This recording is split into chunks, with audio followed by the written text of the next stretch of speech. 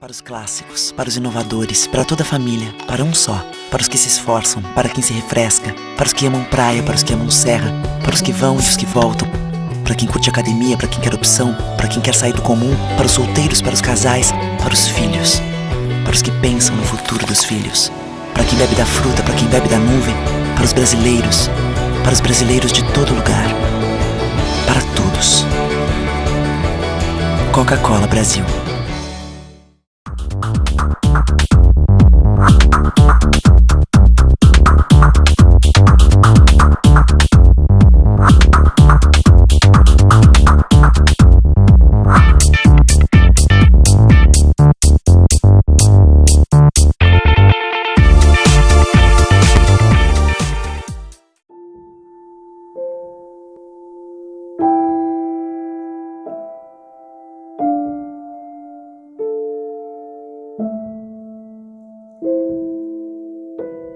Não ignore os avisos. 10 entre 10 suicidas avisam que vão se matar. Seja por depressão, desemprego, desamor ou desespero, alguém próximo de você pode estar planejando suicídio.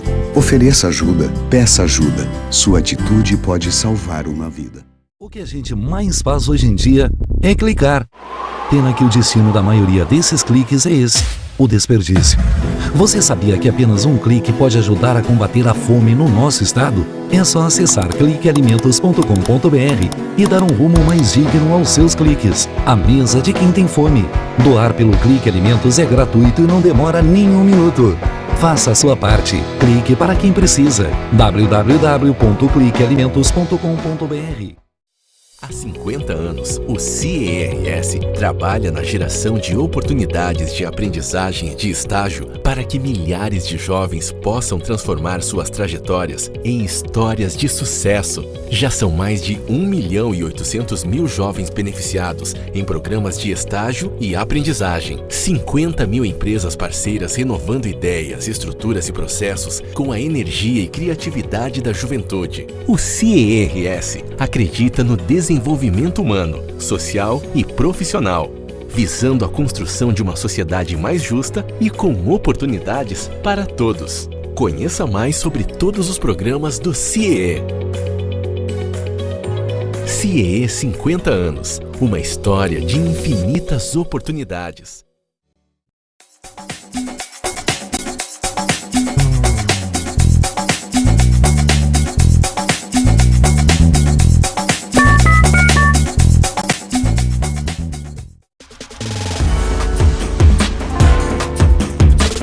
Recebe o salário na Caixa, tem mais vantagens, descontos exclusivos, isenções de taxas e milhares de agências esperando por você.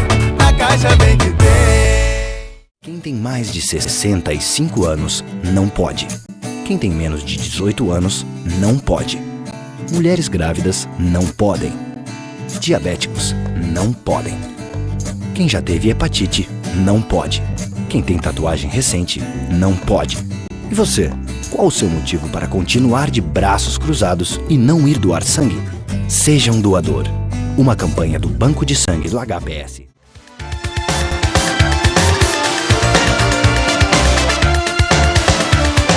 Agora o nosso quadro Entrevistas Especiais e com a grande satisfação novamente participa conosco a diretora aqui de Porto Alegre, na área metropolitana do Instituto Enneagrama, a Elaine Souza. E, é claro, trazer mais informações sobre as atividades, o trabalho e as palestras que eles estão realizando aí, com públicos consideráveis. E o pessoal, é claro, conhecendo melhor o que é esse mapa emocional, uma técnica milenar que realmente é muito eficaz e que hoje participa conosco aqui, Elaine, justamente para trazer mais algumas informações sobre o Enneagrama. Tudo bom? Tudo bem, César.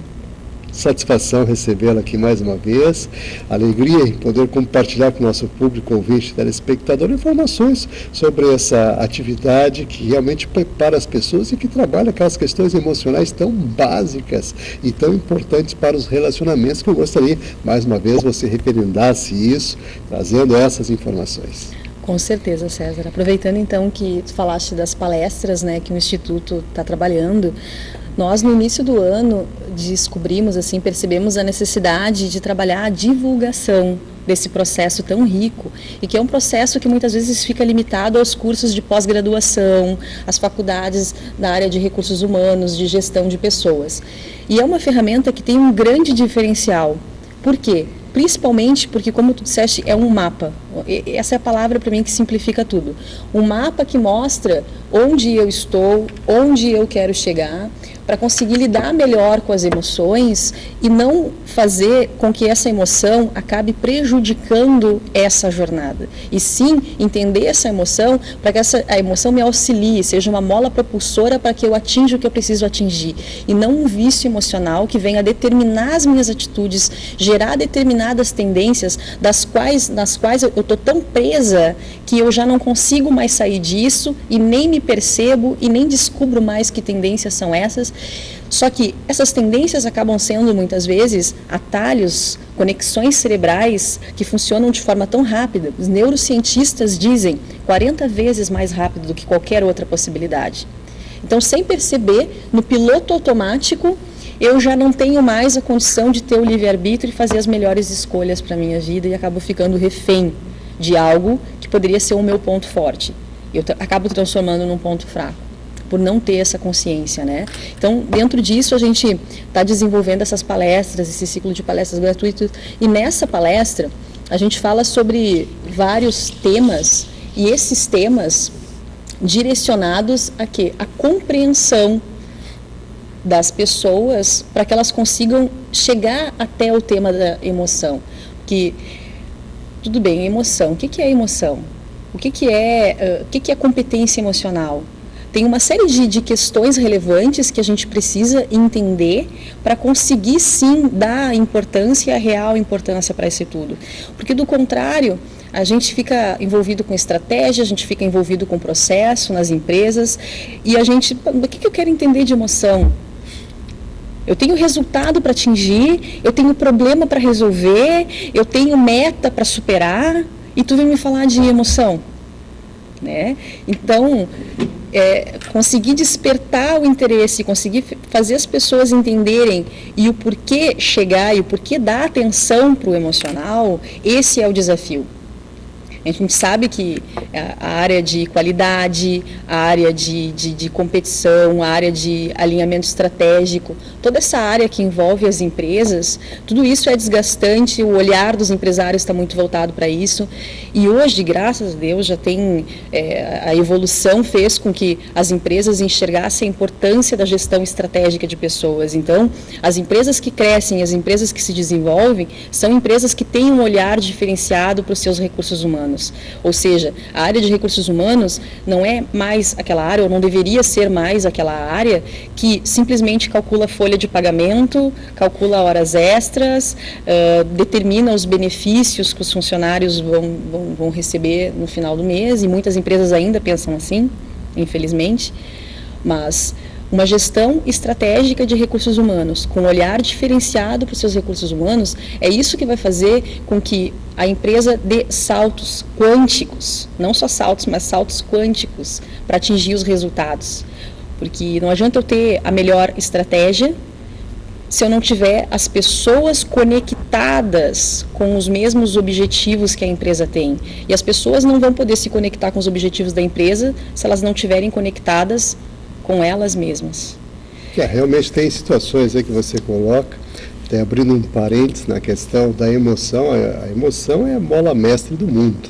Sim. Ela movimenta tudo.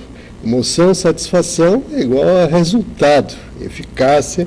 E como você falou, na questão das estratégias, se não pensar nas ferramentas, que muitas vezes somos nós, temos que estar preparados também para, motivados, desempenhar melhor o papel. E compreendo que dessa forma o Instituto vem contribuindo no sentido de mostrar, né, ou demonstrar melhor essa questão do mapa emocional. Trabalhar sentimentos é algo realmente fundamental para que a pessoa se conecte com a vida, com o mundo, com os negócios, com o que quer que seja, porque, na verdade, é isso que implica, né, as nossas relações. Eu acho que você colocou muito bem nesse sentido, e eu quero agora aproveitar aqui a questão do Enneagrama, inclusive mostrando aí para o pessoal material de divulgação. Aí, O Enneagrama pode mudar a sua vida. Prepare-se. Como? Essa é a pergunta. Como? Então, só para exemplificar, porque a gente acaba às vezes ficando conceitual, né? E eu acho que evidência, nada melhor do que evidência para mostrar a importância. A gente estava falando do olhar para as emoções e do quanto o olhar para as emoções se torna um pouco difícil quando a gente está muito envolvido com os processos, né? Nas empresas, na nossa vida, no nosso dia a dia. Por exemplo, o empresário está lá focado, fazendo planejamento estratégico, passou um dia se reunindo com os diretores, definindo meta, definindo uma série de coisas. Quem faz acontecer todas essas definições? As pessoas, o nível operacional. Até que ponto a liderança hoje realmente está preparada para lidar com os diferentes perfis que compõem a equipe?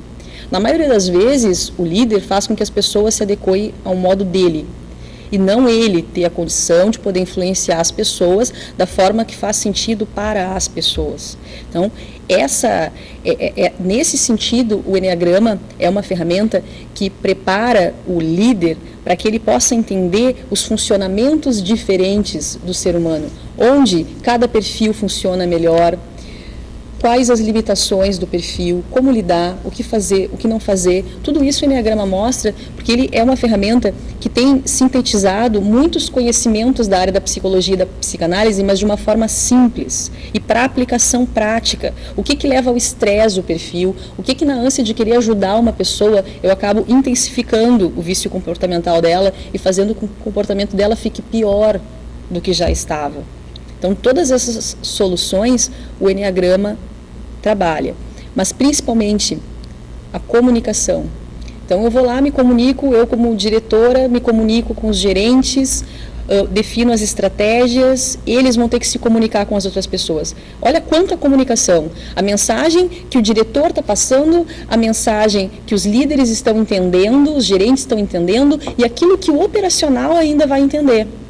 E na comunicação, o que mais impacta, 93% do tempo, é como nós estamos falando, é a linguagem não verbal. Só 7% é o que eu estou dizendo.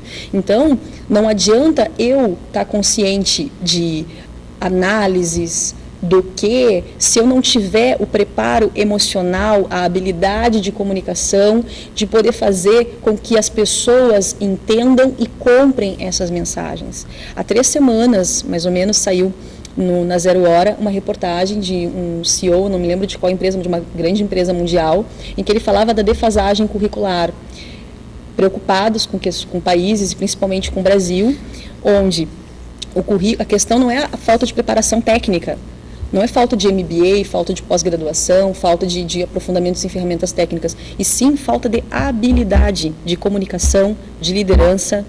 Ou seja, eu estou lá todo preparado, com graduação, 2 MBAs, falo 2, 3 línguas e estou apto tecnicamente para exercer um cargo de liderança, fui escolhido pela empresa. Cheguei no posto de comando, cheguei no posto de liderança, não sei o que fazer com as pessoas que eu tenho que trabalhar. Não sei como desenvolver essas pessoas, não sei como tirar o melhor dessas pessoas. Então, será que o resultado vai ser o mesmo? Acredito que seja essa mentalidade, esse paradigma tem que ser quebrado para que as empresas possam, sim, produzir mais e melhor. Mas não fazendo as coisas da forma que elas sempre fizeram. Porque se elas fizerem as coisas da forma que elas sempre fizeram, elas vão ter o mesmo resultado. Eu penso que as pessoas se desenvolvem, a empresa se desenvolve, a empresa cresce, as pessoas crescem, o ambiente familiar melhora e tudo fica melhor. E nós não somos uma máquina, né? A gente não consegue separar, como a gente imagina, a parte pessoal da parte profissional. Se o nosso pessoal não está bem, vai acabar influenciando a parte profissional, embora nós sejamos profissionais, embora uma série de coisas, né? Então, o treinamento, como o Instituto faz isso, esse é o grande diferencial do Instituto. E eu posso dizer de carteirinha, porque eu era diretora de um grupo de empresas, fiz o treinamento para lidar melhor com o material humano que eu tinha na época. Treinamento não foi só a solução para os funcionários na empresa, mas foi a solução para todas as questões que eu buscava entender e conhecer e conseguir de forma prática me entender e me independizar. e continuei estudando até eu chegar ao ponto de ter me especializado e decidi dar esse rumo para minha vida, né? Então, como? Através, gente, de um processo que visa trabalhar de forma prática e teórica. Na verdade, são 8 sessões de treinamento, uma sessão de finalização, são 9 sessões ao todo, de 3 horas e 30, em que nós trabalhamos com foco em solução comportamental. Na amplitude de consciência por parte do participante, dele entender qual o mapa emocional, como que está composto o mapa emocional dele, qual hierarquia nas emoções, são 9 as emoções, mas em que escala de hierarquia está essas emoções, sob qual influência a pessoa está. E o que fazer com isso, como ela vai deixar de se tornar refém disso tudo, entender como isso funciona, qual o território do padrão de comportamento, qual é a emoção mais presente no comportamento dela, o que essa emoção gera em termos de tendências comportamentais, para que ela possa saber e discernir o que ela realmente precisa. Do contrário, ela fica em função do que ela deseja. Por exemplo, uma pessoa com a predominância do orgulho, o orgulho como emoção é uma sensação de capacidade. Eu sou, eu sei, eu faço, eu dou conta. E essa sensação é muito importante. Imagina se tudo na nossa vida a gente pensasse assim, não, eu não daria conta. Não, não é para mim. Não vou conseguir fazer isso. O orgulho, nesse sentido, é uma mola propulsora. Mas o orgulho também traz uma cegueira quanto às dificuldades e deficiências. Porque se tanto eu faço, tanto eu me afirmo, como é que vai ficar a minha autoimagem? Engrandecida.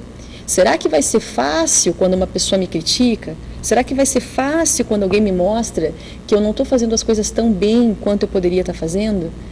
Vai ser difícil aceitar. Mas se eu conseguir aceitar, se eu conseguir perceber que o que está me bloqueando de aceitar isso e evoluir no que eu preciso evoluir é essa emoção do orgulho, e o que eu desejo é ser e fazer, e eu sei e eu consigo, mas isso é um desejo, eu não preciso ficar refém disso. Eu posso enxergar que essa emoção está me sequestrando, está me bloqueando de enxergar o que eu preciso enxergar, visualizar o que eu preciso visualizar e aí fazer os upgrades que eu preciso fazer e mudar a minha vida para melhor. Eu posso ser muito bom numa área, mas eu estou tendo feedbacks, por exemplo, de que tecnicamente eu não estou tão bem. Eu estou lidando muito bem com as pessoas, ou ao contrário, não estou lidando bem com as pessoas, mas estou atingindo o resultado. Se eu ficar refém de sustentar aquilo que eu preciso e desejo sustentar, eu não vou conseguir realizar o que eu preciso realizar. Eu vou ficar refém disso, eu vou ficar me justificando e não vou fazer o que eu preciso fazer para ter um melhor resultado, para ter o melhor do meu padrão de comportamento. Realmente tem situações, você colocou várias questões aí que eu gostaria de abrir alguns parênteses, até para o pessoal refletir um pouco melhor. Elaine, claro que essas situações todas você falou na questão das pessoas, as ligações que tem com o seu comportamento, com as suas atitudes, em separar a situação profissional do emocional. Isso é praticamente impossível, porque a pessoa é uma só. Claro. Por mais consciência que ela tenha, e qualquer crítica que vai ser feita, ela é feita à pessoa dela. Não tem como dizer, essa é uma questão profissional, essa é uma questão particular, respeitar. É uma maneira comodista que inventaram de dar uma desculpa, na verdade, para dizer alguma coisa para alguém que não gostariam de estar dizendo. Então, vamos colocar na prática essa situação para a gente definir primeiro uma quebra de paradigma, que foi que você propôs aqui nessa questão. Depois nós temos também situações de crescimento, crescimento pessoal. Primeira coisa, conhecer a si mesmo, suas limitações. Aí você tem um bom encaminhamento para trabalhar a questão das emoções, porque você conhece os seus limites. Então a pergunta aqui fica aberta no sentido de que forma vocês operam esse trabalho todo de conscientização, porque na verdade existem conotações dentro disso tudo na questão estrutural, ou seja, os limitadores da pessoa que não tem aquela visão mais ampla, ou que lhe falta algumas informações, ou mesmo aquela formação e preparação que você falou, na parte técnica, na questão do conteúdo, enfim, todas essas questões são vividas por cada um de nós no dia a dia, dentro dos desafios, dentro do nosso crescimento. De que forma o Enneagrama, o Instituto Enneagrama, contribui com esse mapa emocional, determinando esses pontos todos que você elencou aqui? De que forma as pessoas podem efetivamente mudar comportamento? Serem mais objetivas. Serem mais objetivas e mudar comportamentos. Porque a coisa mais difícil é mudar, porque você falou uma coisa muito pragmática aqui, muito certa.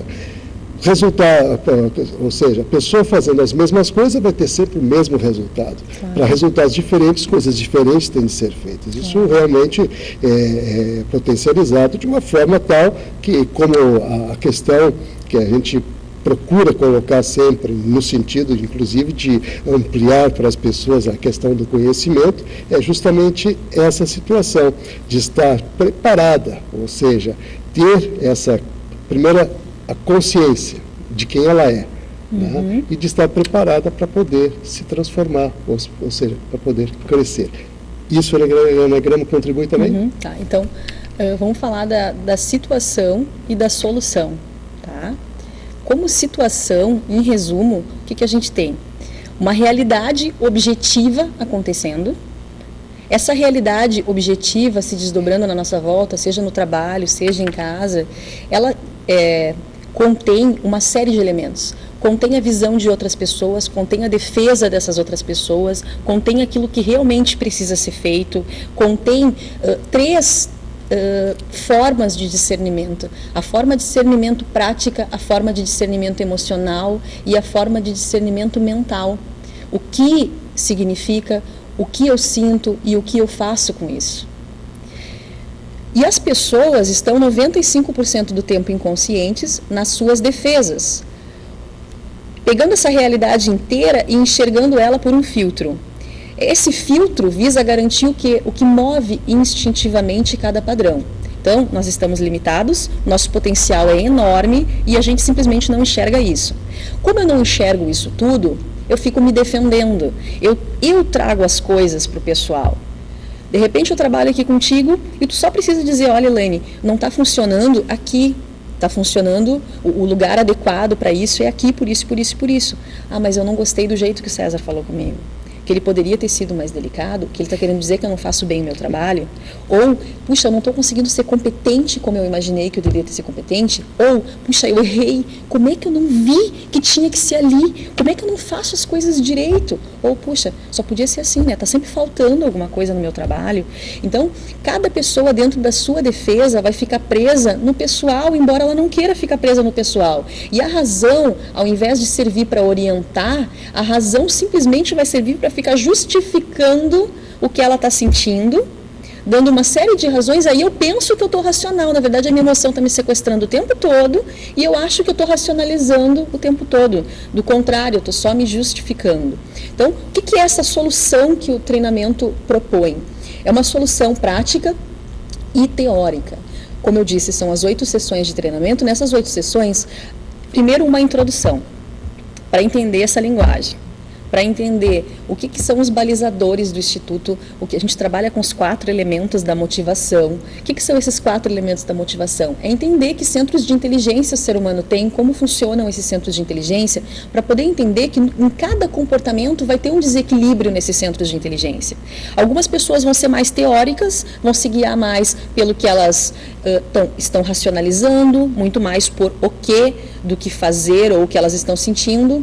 Outras pessoas vão ser mais ativas, elas não querem ler o manual quando elas compraram uma TV, elas vão aprender fazendo e não precisam entender todos os recursos que a televisão tem, basta ligar e trocar de canal, para que eu vou querer saber tudo isso? Né? Faz ali, aprende fazendo. Outras não querem nem fazer e nem querem ler o manual, elas querem curtir o programa preferido do lado de quem elas gostam e alguém faz isso para elas. Então, entender o que é esse desequilíbrio nos centros. Porque se eu tenho como predominante, isso é o desequilíbrio, um deles vai ser predominante no nosso comportamento, um outro apoia e um terceiro vai ser reprimido, e foi reprimido até o nosso primeiro ano de vida, essa vai ser a minha dificuldade, aí o meu líder é predominantemente ativo. Ou seja, ele quer sair fazendo as coisas, ele é prático e eu reprimo o centro ativo. Eu vou ter dificuldades com ele no relacionamento? É claro que sim, e a gente ainda nem chegou no padrão de comportamento. Um outro balizador é o vício emocional. O vício emocional é eu entender quando que a emoção exagerou na dose. Se ela exagerou na dose, quais são as tendências que eu passo a ter? Então, como que é essa emoção em termos de significado e como é essa emoção em termos de vício emocional? O que ela representa? Porque às vezes o sentido do dicionário não é o mesmo que da emoção. Cada emoção vai ter um significado para o Eneagrama. Por exemplo, a inveja no dicionário é ódio ou pesar pela prosperidade de outra pessoa. Para o Eneagrama não tem nada a ver com isso. Para o Eneagrama, a inveja é o vício da comparação. Inveja, olhar para dentro. O quanto eu olho para dentro de mim, o quanto eu procuro perceber o que faz sentido para mim e o quanto eu me desvalorizo por aquilo que eu não tenho. Não é querer ter o que é do outro, pelo contrário, eu quero ser diferente do outro. Vício emocional, então falamos do desequilíbrio do centro, vício emocional radar, para onde que instintivamente a atenção das pessoas está voltada, qual é o filtro de personalidade que cada perfil tem. E o radar, o filtro de personalidade, é aquilo para onde instintivamente a minha atenção está voltada para garantir a motivação básica do meu perfil, para garantir aquilo que move instintivamente o meu perfil. A solução não está no outro, a solução está dentro da gente. E aí, externamente, tudo muda para melhor. Então, para finalizar, saiam da zona de conforto, busquem algo diferenciado em termos de comportamento, vai valer a pena. Eu sei que é complicado abrir mão do comportamento, abrir mão daquilo que é mais caro para a gente, que são as nossas defesas. As pessoas, por incrível que pareça, às vezes abrem mão de questões financeiras, abrem mão de uma série de coisas, mas abrir mão das suas defesas, daquilo que eu penso que eu sou, isso é muito difícil. Então eu diria, venham descobrir o que vocês verdadeiramente são. Com certeza não são essas tendências comportamentais. Mas eu preciso partir disso para descobrir todo o potencial que eu tenho, que é ilimitado. Obrigada. Que maravilha, olha, convite feito. Vamos agradecer aqui mais uma vez a Elaine Souza por estar aqui conosco, representando o Instituto Eneagrama, diretora, aqui em Porto Alegre, região metropolitana, e trazendo todas as informações que eu quero aproveitar, inclusive, colocar aí para você o site, para mais informações, e eneagrama.com.br, e o telefone 3084-5543, DDD 51, aqui de Porto Alegre, Estado do Rio Grande do Sul.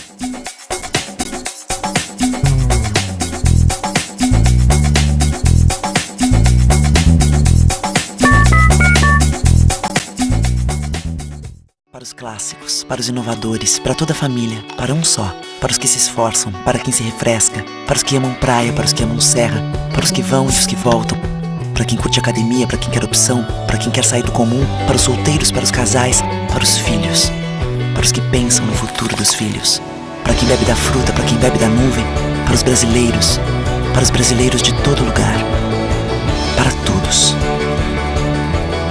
Coca-Cola Brasil.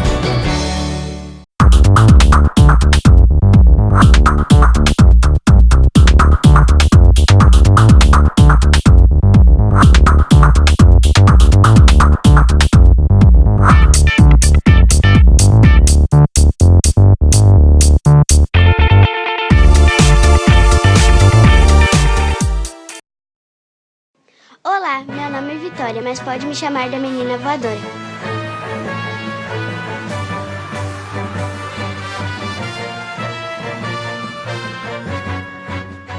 Hoje vamos conhecer um lugar cheio de pessoas com superpoderes. Heróis que transformam muitas vidas. Bora conhecer?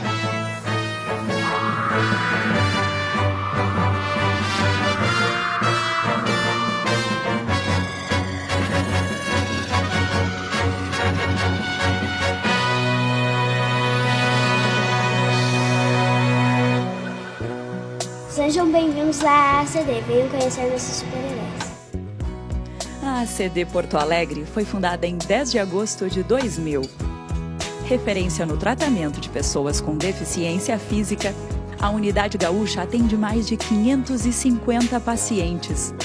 Desde o início, nossa causa permanece a mesma. Vida é movimento. A ACD Porto Alegre já realizou mais de 2 milhões de atendimentos e reabilitou mais de 9.800 gaúchos. Com muito amor, voluntários e funcionários se unem para ajudar a quem mais precisa. E aí, já estava com saudades, né? Presta atenção nessa história de amizade e superação. Eu e o Adler criamos um novo jeito de jogar futebol, aceitando as diferenças e promovendo a inclusão. É muito legal. Este é o Raí. Ele não consegue segurar bem os brinquedos, mas as terapias estão ajudando a superar este desafio. Os desenhos dele estão cada dia mais legais. E esta é a Ângela. Com sua dedicação e palavras de otimismo, fica mais fácil transformar muitas e muitas vidas. E também oferecemos aos nossos pacientes 8 terapias: pedagogia e psicologia, terapia ocupacional, musicoterapia, reabilitação virtual, fisioterapia de solo e aquática e fonoaudiologia, 2 áreas clínicas, fisiatria e neuropediatria. E também uma oficina ortopédica, que produz órteses e próteses sob medida para quem mais precisa. E aí, gostou? Mas tem mais. Olha só que novidade incrível.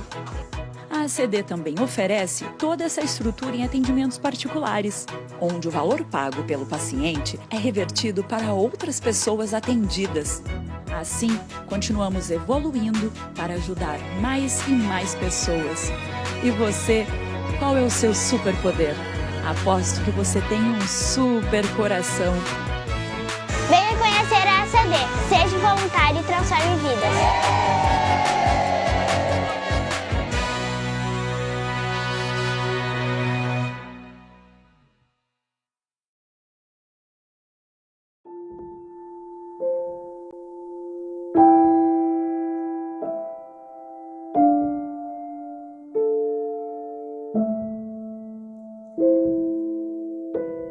Não ignore os avisos. 10 entre 10 suicidas avisam que vão se matar. Seja por depressão, desemprego, desamor ou desespero, alguém próximo de você pode estar planejando o suicídio. Ofereça ajuda, peça ajuda. Sua atitude pode salvar uma vida.